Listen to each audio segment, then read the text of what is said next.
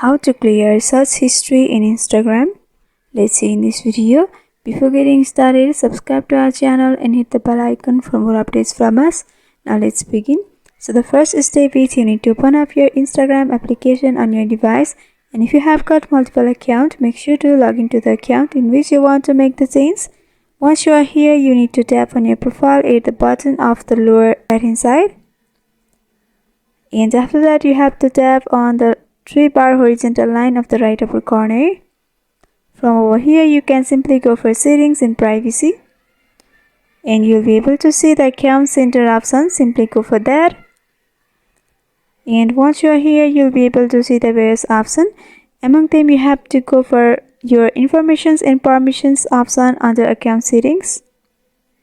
Here are two options, search history and upload contacts. You have to go for search history option, and at the bottom there is clear all searches option. Simply go for clear all searches, and you have to select whether you want to clear the search of last hour, yesterday or all time. Once you are done, you can go for clear all searches option, and it will take a few seconds to clear the all searches of your Instagram. And after a few seconds, all the searches of your Instagram will be cleared. So this is how you clear Instagram search history. I hope this video was helpful.